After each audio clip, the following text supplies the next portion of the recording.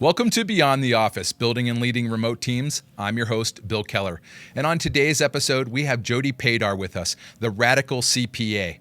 If you're into accounting, you're going to love this episode as we talk about the future of the industry and where it's going. And if you're not in accounting and you're in business, you're going to need to see this episode as well, so you understand what changes are coming and how you need to prepare as a business for this radical change.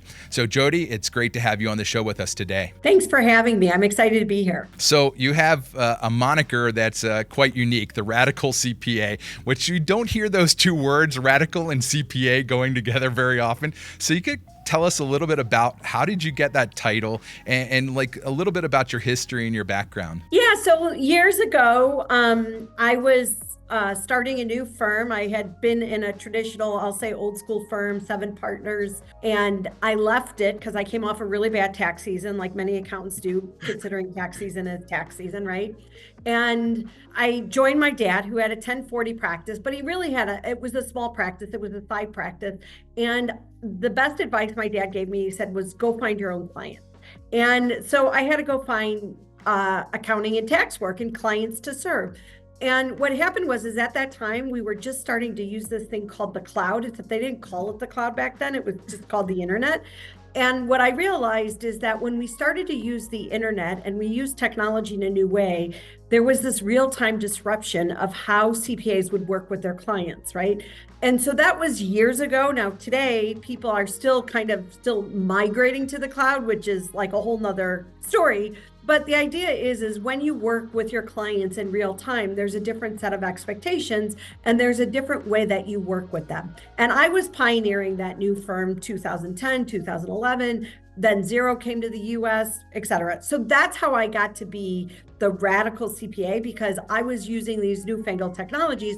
But what I realized is it wasn't just the technology that had to change, the rest of your firm had to change as well. So once you start working in real time, the way you train your team has to change.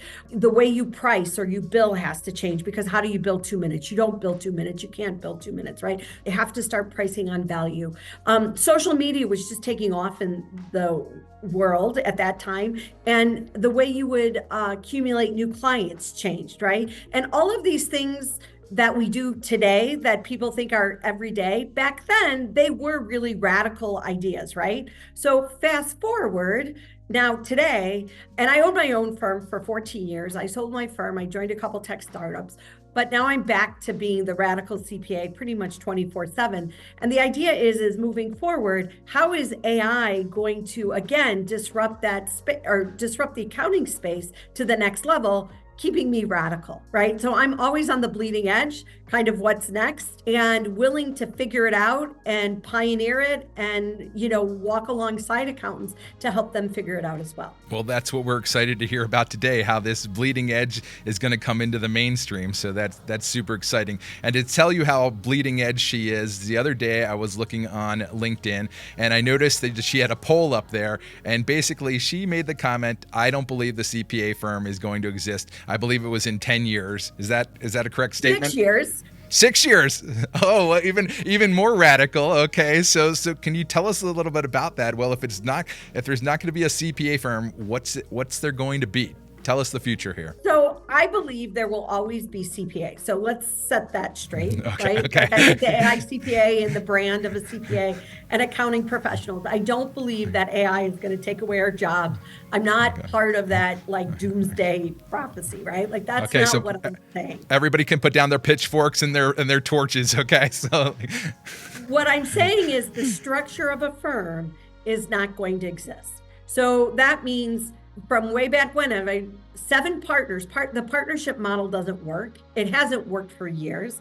And all these outside forces are just making it come to light. So when you think about a traditional firm, the reason the partnership model doesn't work is because you have 7 different partners and none of them can agree on how to change, so they don't change, right? So that's what's kind of kept firms using their legacy ways. They haven't adopted technology. They haven't done all the things that they should have. The pandemic pushed them forward, kicking and screaming. But had we not had the pandemic, I would believe that we would still be back even behind with technology and things, because there was no impotence for them to move forward, right? So the structure of the CPA firm doesn't really work anymore. Then you have all these tech players coming in. So you have these startups, whether they be new startups, stealth startups, or startups that came around 5 or 7 years ago, but were kind of the first level startup who started serving customers differently. So they were born online, they built their systems and their processes online, and they have financial backing to help them iterate faster. So you have the Pilots of the world, the Zennies of the world, right? And they are out there. And if you don't know, Amazon invested $100 million in Pilot a couple of years ago. So if you don't think Amazon's going to start selling accounting services, like, I think, that's kind of seeing the future, right? It may not be today, but it's coming, right? So you have these online firms that are based in technology, and they're not firms, right? They are technology companies who are in the business of selling accounting and tax. And that was kind of that first level.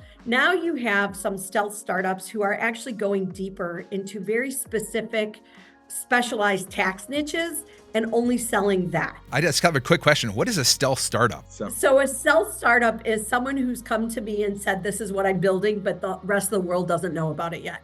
So because of my status in the industry, a lot of people tell me stuff. So like, I kind of have a little bit of insight into kind of what's next that I'll say mainstream media doesn't know yet, right? And so they're still undercover, right? Like, they haven't announced to the world yet. Maybe they're getting funding, maybe they're not. They're building something in private, right? But Got it. There's a whole new level of stealth startups out there who are very specialized in the tax offerings or the accounting offerings that they're opening, and they can attract a very specific audience and serve a very specific audience, which I'll say is kind of that next level of that first level startup technology company. Then you have the fintechs who are selling money. So basically they have some sort of credit card fee that they started with. They started with selling a credit card, and then now they're using those small businesses. They're working with them to do accounting and tax work. So they're making money on exchange fees, but they're also doing accounting and tax work for their customers. So they're making money on making money, and they're reinvesting that money in building out systems, processes, technologies to serve their customers better. Now, if you think about just this tech side and the money side, they have the opportunity to innovate faster, to iterate faster, to do all that stuff that firms don't have because they don't have the legacy client base holding them back. And they also were built in a different mindset, right? They weren't built on like a local customer, right? So that's kind of this new age technology stuff that's happening. You also have the LegalZoom and Rocket Lawyer, who are also selling accounting and tax services, and they have DNA that came from Intuit. And you have Intuit, the technology company gorilla in the room, who is selling accounting and tax services to small businesses, and they're acquiring CPA firms, and they're doing this like live, right? They have like TurboTax Live, or they have QuickBooks Online Live, where you can, like, just as a small business owner, you log into Intuit, and they've offered you an option to talk to a human in real time, or set up an appointment with them, right? So you have this technology push. On the other side, you have this whole PE market, right? Where you've seen PE, private equity firms are coming in, they're buying parts of firms, they're combining lots of firms and restructuring them. And the reason private equity, I don't want to say makes sense, but the reason partners are selling to private equity is because they're getting cash out immediately. They're not waiting. If you know the way a traditional CPA firm merges, is basically you merge in your book of business, and you don't necessarily get cash out today. It gets paid out over a number of years, or it gets paid out in your retirement. And that's all contingent that your book is going to stay with this new firm. And it's all contingent upon like how their partnership agreement works to pay you out. Whereas when private equity comes in, they give cash up front to the partners, and the partner, they have to do some things to maintain their book of business and to keep it there, but they're getting cash out today, right? It's a better deal, right, for the partners. And audit is kind of a unique beast because like you still have regulatory stuff with audit, but for the majority of the US firms, they're not doing audit anyways, right? Audit's really done by the really big firms. And most firms are doing regular accounting, taxes, small business advisory, things like that, right? And so when you look at that market and you see all these players coming in and you see this money happening, why do CPA firm owners who haven't changed in the past, who haven't kind of kept up with the times, who haven't really adopted the technology the way they should have, who are having a hard time finding talent, think that they will be around in 6 years, in 2030, when the AI forces are coming in, you have these technology companies, you have private equity, and all that money's pushing the market. And I'm not saying that you won't have an accountant. I'm just saying they're not going to work for a firm. They're going to work for a technology company who sells accounting and tax services. And oh yeah, they have a bunch of CPAs and accountants that help them, but they're not a professional services firm in the traditional sense. They don't bill by the hour. They price based on a result. Or you have a private equity firm that's going to own the bigger firms who, again, it's not going to be a firm. And those private equity firms, they have to cash out. So in 5 years, when they go to cash out, how are they going to cash out? They're going to go IPO. Because in order for the private equity guys to get their money out, they either have to sell again or they have to go public. So we're going to have publicly traded firms, I believe, and we're going to have kind of this technology company firm as well. And there are a handful of firm owners who have kind of started down this path who are not tech funded. Maybe they have funding, but they're not kind of based in technology. They've kind of put things together, who are evolving as well. So I know it's a bold statement, and it may not be in 6 years, but I believe it's inevitable because the firm model doesn't work anymore. It's not relevant. And it's kind of like the whole Blockbuster thing, right? Like everyone thought like, oh, Blockbuster's profitable, right? And that's not going to go away. If you read the story of Blockbuster, they were making a ton of money, and then Netflix came in. So the reason CPAs have such a hard time is because they're still making money. They may not find talent, but they certainly are not having a hard time finding work to do. And the work that they are doing is significantly profitable. So it's very hard to get a CPA to look at a change when he's saying, I'm laughing all the way to the bank. Like you tell me, you're a prophet. You're preaching all this stuff, but I got money. So why would I change? Why would I rock the boat? Why would I disrupt it? Because I'm making money today. And that's our problem. That's fundamentally our problem. And it's a very good question. I think it probably depends a little bit upon your time horizon and your outlook. If you're 5 years away from retirement, you probably, for a lot of people, unless they're really excited about this, they probably don't want to venture into this because there is a lot of work and there's a lot of change into it. And, they can probably get out on the other side, private equity, and sell and just get out, and they're good. But if they've got more time in, this is very similar to what I see kind of like with Kodak. You're talking about Blockbuster, and a very similar type of thing where they were like, hey, they were a technology company. They had huge amounts of research and development, but they really never capitalized on their digital camera technology because they were afraid it was going to cannibalize their film technology. And in the same way, I can see that for a lot of these firms, that they're afraid that, okay, if I do this, we're actually seeing that right now with AI, is actually we're getting more efficient, we're automating, because I have an automation company and I also have a remote staffing company. And we're seeing this where the automation can come in and I did an automation last year where we saved 5.5 hours a day of one individual's time. Well, and it took us 3 weeks to make the automation. That's awesome. That's to do that kind of thing. And you're like, oh, it's already here. And that wasn't even AI per se. That was just what I consider just general automation, and then throw AI on top of it. So that's fascinating, I see that, I can see that change, but I can see it's going to be very difficult for a lot of people in the industry to kind of make that leap. So how do you see this affecting, kind of moving and shifting to the users of these services, right? Rather than the accountants? And how do you see the users either both benefiting, and also what do they need to know to make sure that they can take advantage of this change? So I think the users have to kind of reset themselves as well. And they have to realize that they're going to be paying for a result, not for the time spent. And so, kind of get rid of that whole billable hour mindset, right? Like whoever the small business owner is, you should be paying for a result, not kind of, and we train the small business owner to do this. So if we've trained you that we sell time and not a result, I'll say it's our own fault in the professional services firm, right? To train you to do that. But we have to look for someone who's selling a result and not the time spent. And the reason that's important is because the person who's still billing by time is not giving you the best service because they're not the most efficient. And the reason they're not the most efficient is and I would say efficient and effective, because you have to be both. It's not just about efficiency, right? You could be efficiently doing the wrong things, right?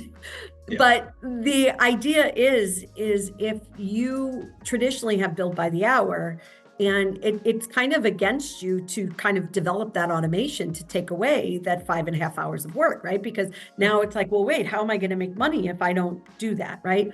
So I would argue that the customer that you want to work with, or the firm that you want to work with, is charging you based on a result, not based on time spent. So if they give you an invoice that, or a budget, right? They give you a quote that says, well, if it's going to take so many to so many hours and we're going to charge you X hours, I would push back and say, okay, I want to pay for a result, not for the time spent, right?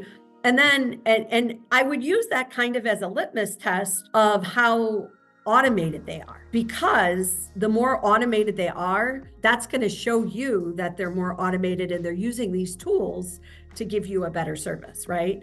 And the reason automation is so important is because in order for a CPA to get to advisory work, the work has to be done, and it has to be done correctly. And the reason in the past, accountants haven't been always the best advisors, and again, I would argue they're the most trusted advisors, but a lot of times they get caught up in time, is just they haven't had the time to get the work done and get it done correct. So you have to have the work done and done correctly in order to add that next level of advisory on it. And if you're using AI and machine learning to kind of get your, build your ground level of the house, now you as an advisor, now the accountant can really come in and give you a lot more insights on top of that work. But it's very hard to give insights on bad data, right? So the accountants have always spent all their time getting the data right.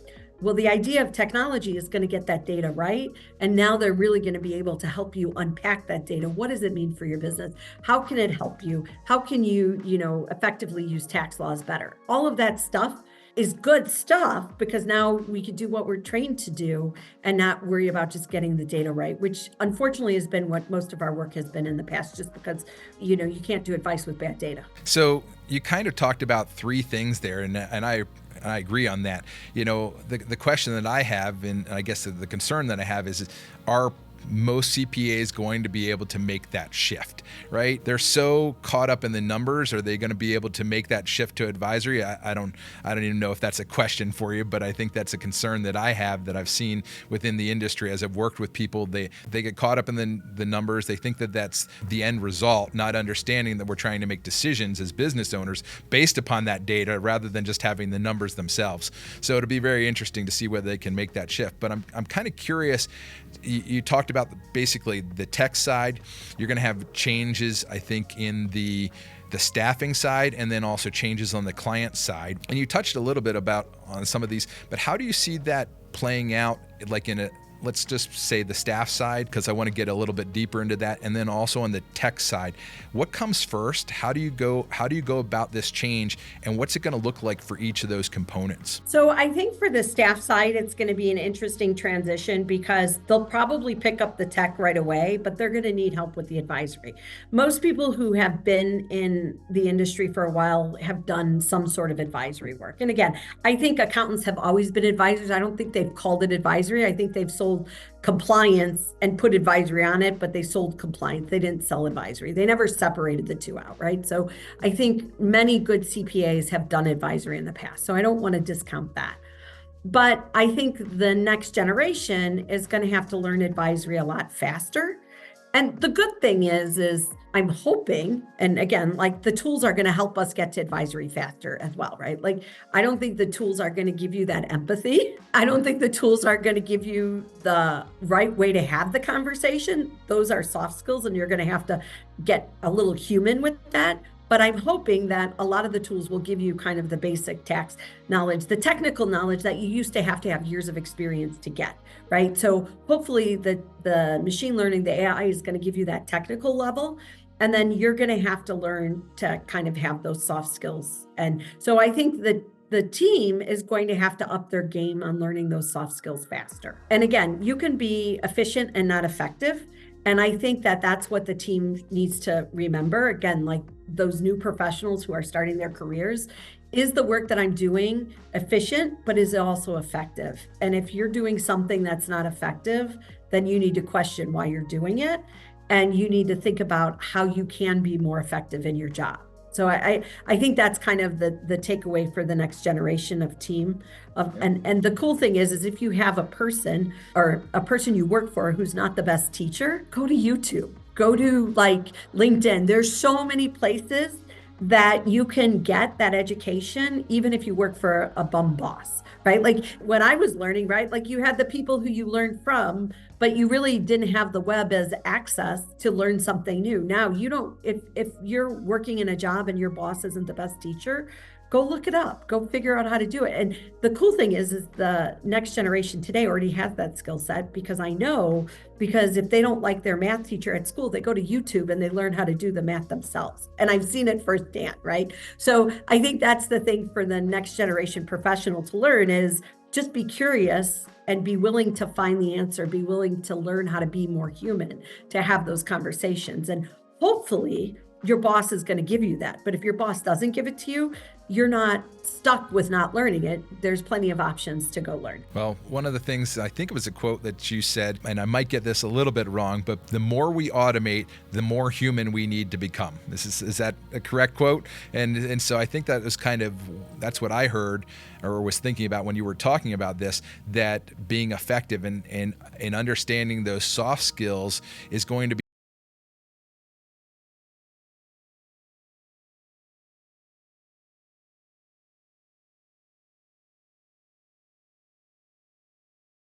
to understand what that means to their business, how it's going to affect them moving forward, and how they can use that data to then make effective decisions for their business. So yeah, that's what's going to be your linchpin. That's what's going to make you special. That's what's going to make you different, and that's what's going to help you stand out in your career. There's a couple things you said about going to YouTube. I had a CPA, actually Gretchen Nasso, on a show just a couple weeks ago, and she was talking about how they're not seeing the growth from some of the younger professionals because they've been working remotely that they've seen in the past. They were expecting them to be further along.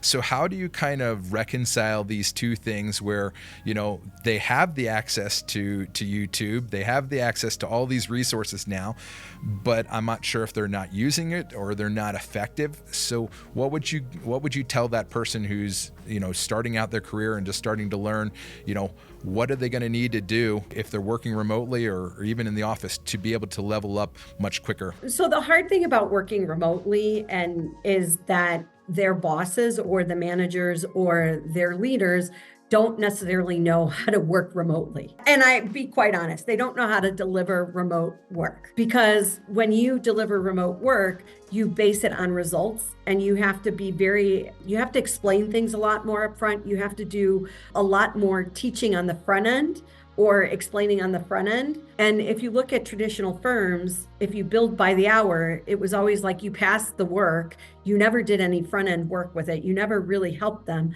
And then the team member either understood it or they didn't understand it. Maybe they asked questions, maybe they didn't. And then they were kind of judged after the fact. They got 4 pages of review notes, right? That's the way a traditional firm works. That doesn't work in a remote world. It doesn't. You have to be a lot more intentional about how you give work out to younger employees, about how you explain things, about how you do training on the front end.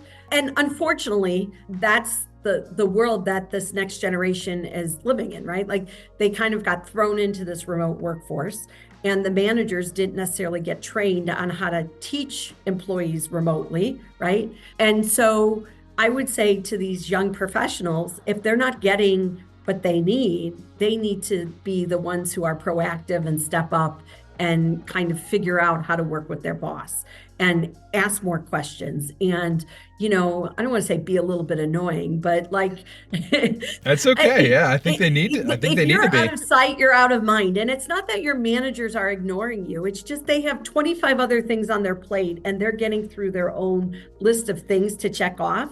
And if you're not in their face, in their Slack channel, in their, like, guess what? You're not inside of them. And whether it's right or wrong, it's the situation it is. And it's up to you as a young professional to kind of get what you need to take it to the next level. And unfortunately, like, nobody tells you that as a young professional, right? Well, it's one of the tenets. We go through a book at our firm. Basically, it's called The Traveler's Gift, 7 Decisions for Personal Success. And the first one is the buck stops here. And so we talk a lot about responsibility, about basically Covey's 7 Habits of Highly Effective People, where it talked about be proactive.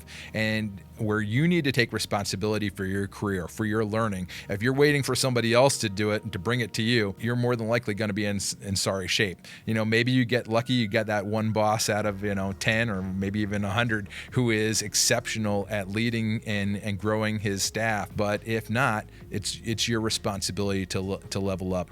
And so I think that's awesome. But so I heard the advice for the young professional. Now let's flip to that. What would you say for the manager who's now leading remote in a world that they're unfamiliar with? They're used to basically going up to somebody, they see them, they come behind them while they're working on the computer, and maybe they're pointing something out, and they do this. They see this proximity as a necessity for training, and so I think that's really been a big push to bring people back into the office because people haven't learned some of the new skills that they're needing to be effective long term. There's a difference because I think sometimes they see productivity move up in the short term, which might be fine because they get more focus, but long term, they're probably losing something because they're losing that connection, they're losing some of those training skills. How would you recommend that they level up their ability to manage remotely and get the best out of their team? So I think you have to be very intentional about it as a manager. I think you need to, even though nobody wants another meeting, I think you need to have that daily check-in with your team, because that's the only way you're going to build rapport. Even if it's not every day, every other day, kind of get to know them as humans, right? And then I think you have to rethink the way you delegate work and kind of, again, if you're not managing via timesheet, which is the way traditional managers have always learned how to manage in a firm, you need to rethink what is the end result that you want? How can you kind of give them what they need to do it? And then I think the other thing, what you can do is, and I think it's really important, is kind of have these online remote sessions where maybe once a week, you're just sitting online, working side by side, right? Okay. So it's, for 3 hours on, a Thursday afternoon, it's no meetings, and we're just kind of in this work group where we're working alongside each other in a remote world. And we have the opportunity to ask a question, and to really ask a question, not necessarily, because sometimes in the Slack world, it's async. So you might ask a question, but then the person doesn't get back to you for another 2 hours. And so, but if you can kind of set up that meeting time once a week where you kind of hang out with your team and you give them that space to develop, kind of just like being in the office, I think actually it's a much better productive use of time than everyone going to the office and then being on Zoom calls all day anyways, when you're really not there anyways.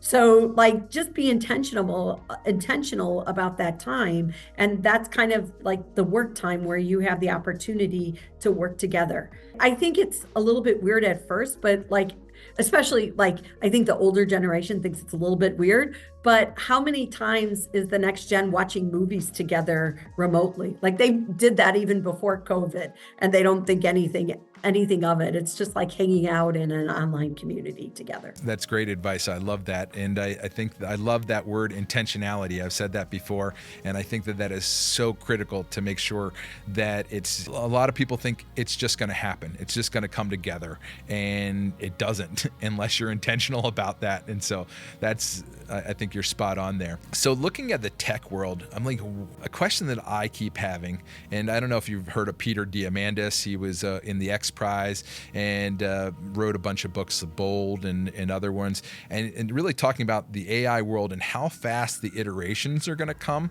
So my question to you is so somebody's going into this and saying, okay, we need to really get our tech game in order, but how far do you go? Right? I mean, because you can go really far down that rabbit hole as a firm, and you keep going.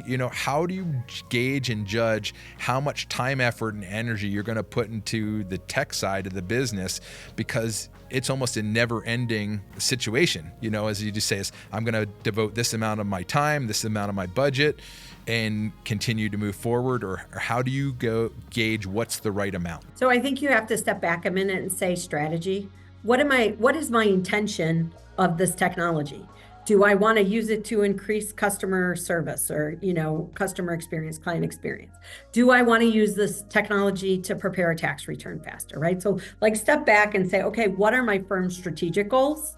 And then say, okay, now how are we going to use automations? How are we going to use technology to get it there, right? So I think it starts with the business purpose, not the technology, because otherwise you get lost in the widget. And at the end of the day, the money has to be for a business purpose. And if you take the tech away from the business, then it's just wasted money, right?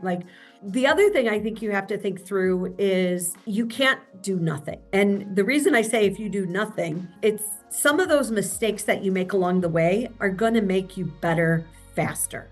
So if you make a few missteps early, you're still far ahead of the people who did nothing, right? So and that's just innovation in general. That's not technology, and that's innovation. The innovator is going to make a few mistakes. Part of innovation is making those mistakes and rebounding from them so that you can get to the next level, right? So it's okay to make a little bit of mistake there. The third thing is when you think about it, if you're a big firm, you're going to have a lot more resources to kind of figure out what you're going to do. If you're, I'll say, mid to small size firms, a lot of the innovation is being done for you. It's being built into the software that you're currently using. So don't feel like, oh my God, I have to build this brand new tax LLM, right? You don't need to go build some new model and spend developers and do all that stuff. Chances are that model is going to just come into the regular tax software that you use today, right? The technology companies are putting AI, machine learning into the software that you currently use. Where I think you could spend money, and I know you have an automation company, is but on automating certain tasks to kind of get things moving faster. Because I think those are kind of quick wins that you'll see help you move faster. And the thing about automation and innovation is once you start doing it, it's kind of like a drug. You get addicted to it because you're like, oh, that gave me 4 hours of time back. What am I going to do next, right?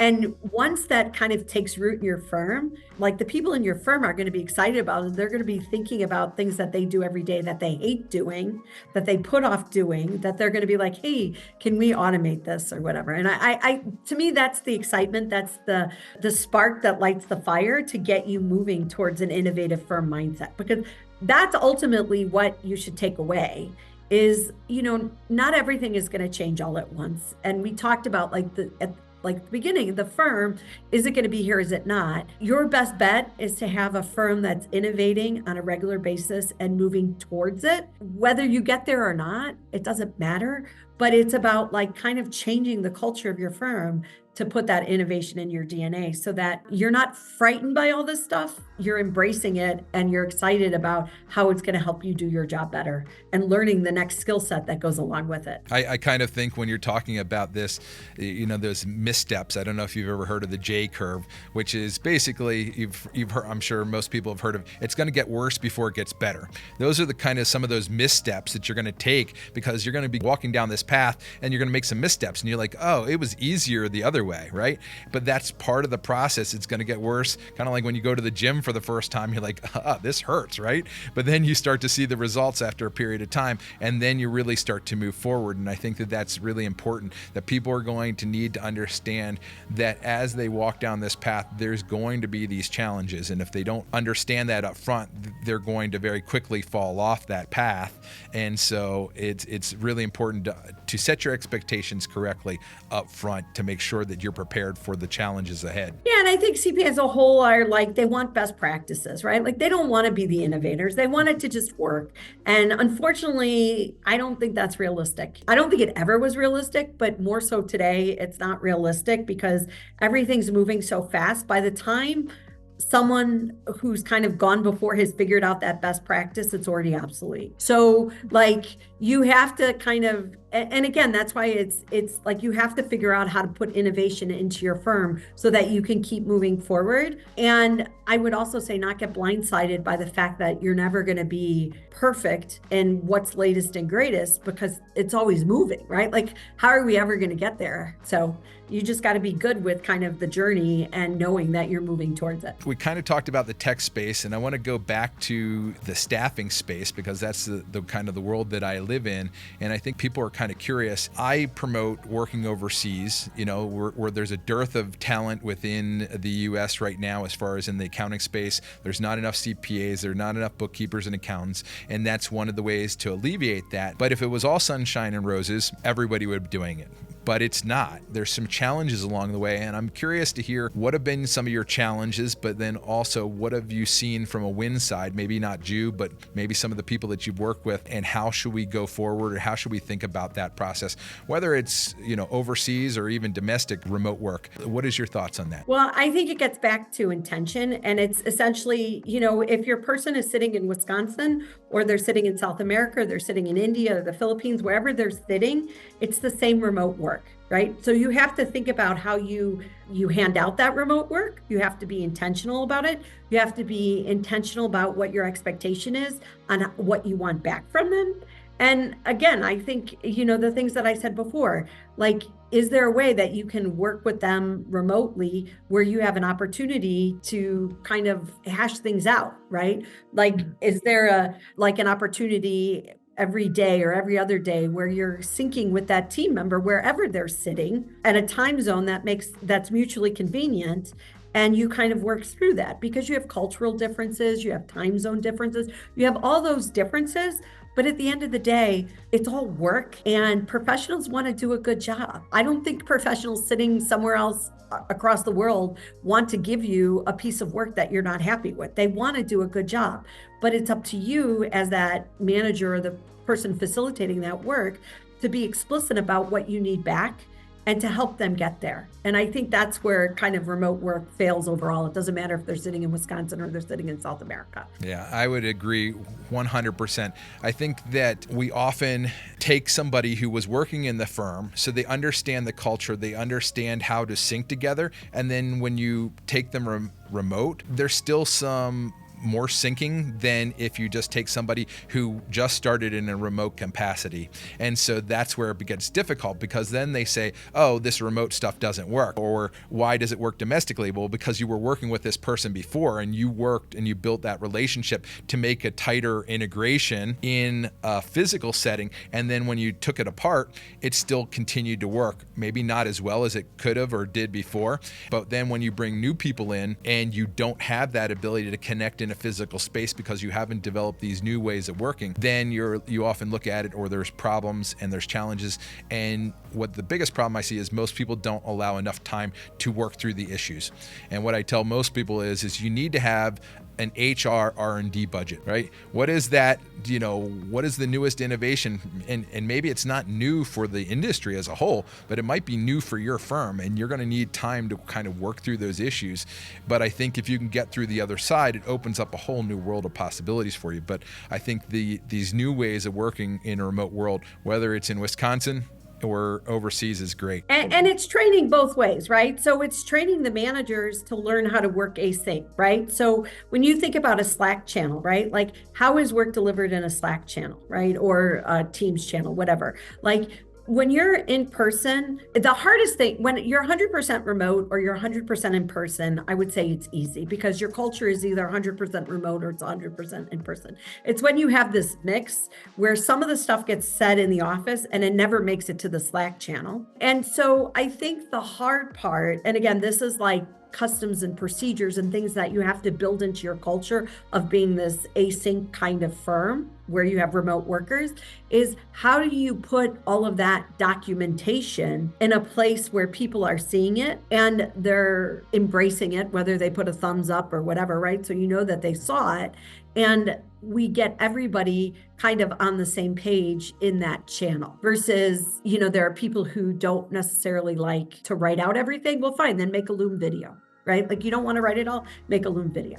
And there's so many tools now that you can use. There's, I think it's called Scribe, where you can document a process really, really quick. Like the tools are there. You just have to learn how to use them. And you have to remember that if someone's sitting across the world in a different time zone, you have to kind of write out all of that process stuff that in the old world, you would just walk into their cube or walk into the office and kind of explain it to them.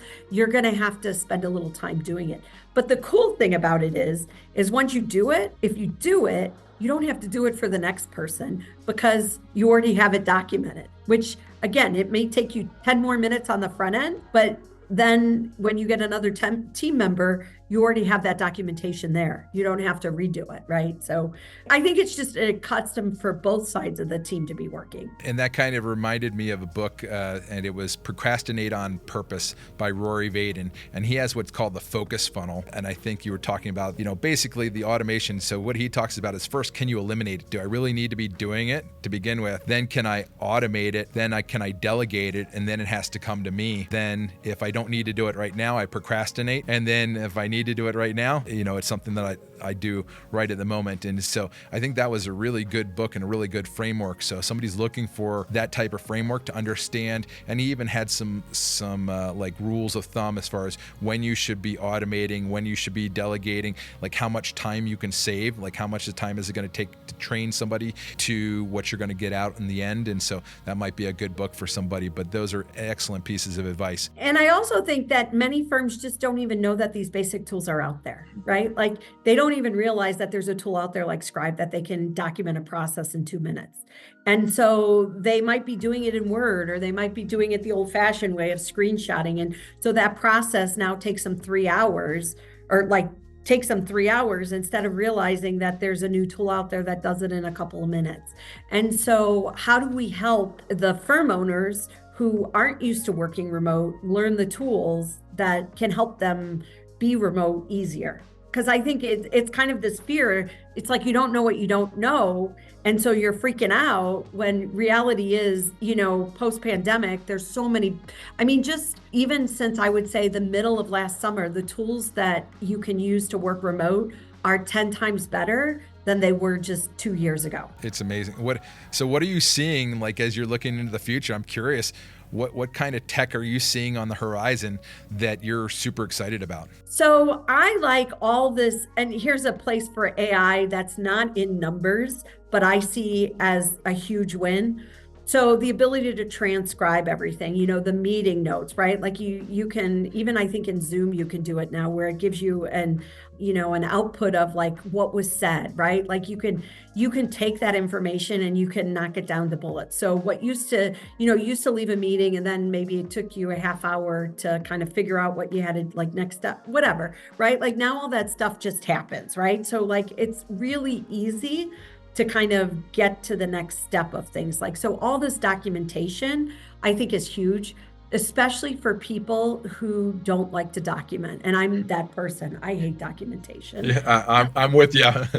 I'm with you on that one, 100%. But now that I have tools like Scribe and like all this AI, it's like, oh, I could do that. It's not this like mind block that, oh my God, like it used to be this thing I never wanted to deal with and I was the worst and I would delegate it, but it was never done exactly the way I wanted, whatever. Anyways, when you have tools like this now, like you can do that. And again, when you're working remote, documentation is huge. And as you grow a company, documentation is huge. So you've been very generous with your time. And as we kind of, my last question to you is, what advice would you have a firm owner who is looking to move forward here, doesn't really know where to start? How would you get going? I mean, where should they go? What resources should they start looking at to get them moving in the right path? So a little bit of self-promotion here. I'd say follow me on LinkedIn, right? Like, yeah. I give a lot of tips and tricks out, right?